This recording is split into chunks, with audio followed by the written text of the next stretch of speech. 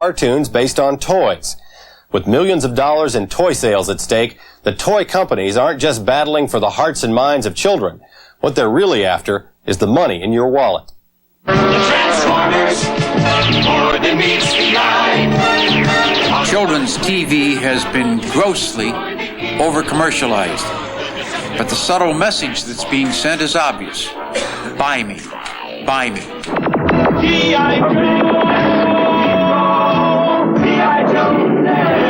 The toy company that helps make that program possible has as its main goal the sales of that toy. The battle over children's cartoons is on. The senators and congressmen and children's activists versus the toy companies whose cartoons saturate the airwaves. Transformers, GoBots, Wuzzles, Snorks, Popples, and Thundercats. They're all toys, and they're all available in your local toy store.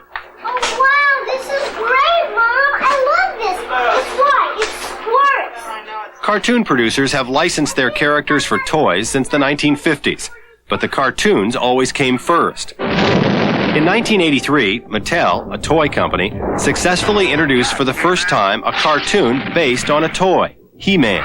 He-Man, are you all right? Yes. It was a big hit, and since then, there have been more than 70 toy-based cartoons. Peggy Charon, head of Action for Children's Television, or ACT, has tried to stop them. There have been 70 programs made, many with 65 episodes, that are in effect toy commercials, which means that if you want to do, say, a biography of Helen Keller these days, you got to talk Mattel into making a Helen Keller doll first. That's not fair. History in this country has basically said, let the American public decide for themselves, and basically they do. They vote with the television clicker. To Matt Bousquet of Mattel, the toy cartoons are no different than a show like Sesame Street.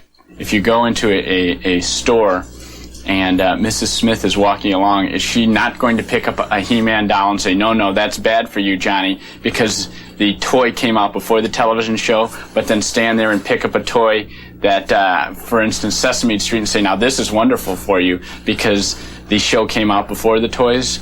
I guess I don't understand the difference. It seems to be a fallacious argument. The difference between Sesame Street and what ACT is complaining about is the difference between programs that have something to say and programs that have something to sell.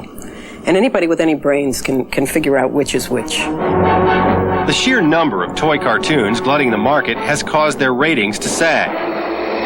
But Sharon and her allies are afraid that the toy companies, in search of greater profits, will simply regroup and come back with a new wave of made-for-TV toys. For the moment, the low ratings have created an opening. Kids are up for grabs, and major animators are coming back to TV to try to capture them with something different. I'm an artist, and I thought better artistic things possibly could be done for children. Ralph Bakshi became notorious in the 1970s for the first X-rated cartoons for adults. He dropped out of the film world for 4 years to paint. Now he's back with a Saturday morning cartoon for kids. Here I come to save the day. The character is 15 years old, but everything else is new. It's Mighty Mouse with a twist. Here you are, Pearl, safe and sound. Honestly, Mighty Mouse, I could have walked to work, you know. Bakshi is bringing sophistication and satire to a medium that is usually about as subtle as a car crash. Well, what's that in your belly button? Hey, what's that in your nose? But it's not just the satire that's different. Children's cartoons don't usually look like this. It's an episode called Witch Tricks. Witch Tricks was just trying to do a visual delight for kids. In other words, it was very abstract. It was just trying to create a total child environment, nightmarish quality, what kids dream about. I gotta keep relating to the fact that the cow has this egotistical problem with Mighty Mouse and he's a The critics praise Mighty Mouse, but like any other cartoon producer, Bakshi is struggling for ratings. What do you look for in a children's story? Imagination, humor, intelligence, a little bit of outrage. One of the things about comic books and comic strips when they first started, kids used to read them because they were anti-social in a sense. They were the thing that kids had that adults never had. What you have to do with kids is give them their own world. Toy-based cartoons. What do you think of toy-based cartoons? Well, first of all, I'm not opposed to merchandising after the fact. In other words, if a kid legitimately loves something, maybe it's good for him to get his hands on it. What I'm opposed to is when people other than cartoonists create a toy and then basically try to have a cartoon made about the toy, because that's a running commercial.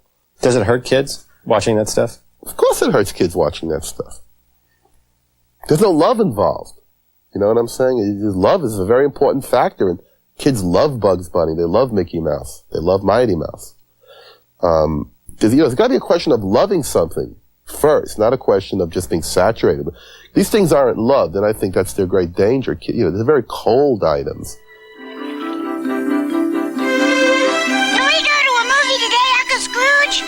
Children have loved these characters for 2 generations. Yeah. Disney, a name synonymous with quality in animation, is also trying to take the airwaves back from the toy companies. So far, it's succeeding. DuckTales is the #1 syndicated cartoon. Hello, Webber Walters from Duck Week magazine. Miss Walters. Our company has always been dedicated to a certain kind of storytelling and kind of character in animation that's alive and funny and has heart and real emotions. Gary Kreisel of Disney came up with the idea for DuckTales. How are the values different in DuckTales than they are, say, in G.I. Joe or He-Man? The values in DuckTales spring from more normal relationships between characters. For instance? Family relationships between Scrooge McDuck and his kids, that the adults care about the kids, that the center of their lives are not about warlike activities. DuckTales has big adventures, so it has some of the same elements that you see in the boys' action shows, but they're done with a sense of humor. If that chopper leaves the ground and you're not with them, you'll regret it. Maybe not today, maybe not tomorrow, but soon, and for the rest of your life. Here's looking at you, Feathers. I consider that we have a wonderful advantage at Walt Disney because the company has given us big budgets and said, don't even think about toys. Just make as good a show as you guys possibly can. Launchpad, save your breath for the hike. Okay, I think it's a little bit harsh for Dewey. Let's add Launchpad. Maybe. The Disney studio has the luxury of attracting some of the best talent. And when you are done, toupee will be mine once more. 13 weeks of DuckTales cost about $20 million to produce, and with good reason. In the end, from 15 to 20,000 cells like this one are painted for a single episode of DuckTales, compared to half that for some of the toy-based cartoons. The number of cells, the number of drawings, the quality of the artist doing the drawing, all enable the character to act more. While Disney's insistence on quality pays off in high ratings, that demand for ratings keeps some extraordinary animation off the TV screen. This is the story of Dr. DeSoto, a mouse dentist. Dr. DeSoto was especially popular with the big animals. Please, have mercy. I'm suffering. Dr. DeSoto has a moral dilemma. If he treats the suffering fox for a toothache, will the fox eat him and Mrs. DeSoto? That poor fox. What shall we do? This film, nominated for an Academy Award, was made by a small company called CC Studios. CC Studios has made over 100 films from the classics of children's literature. But you won't see these films on network television because they just can't grab the instant ratings of a G.I. Joe. I think that the animators today are more upset with what children's television looks like than I am, because they know what it could look like if they were given the lead to make it look wonderful. Saturday morning is losing audiences. Saturday morning could be the greatest place in the world for cartoonists to operate out of. Saturday morning could be the hugest delight on television. Saturday morning could be so great it could be put on Saturday night. Here he comes to save the day. Kids know if something's good or bad. Quality will always win given the chance. So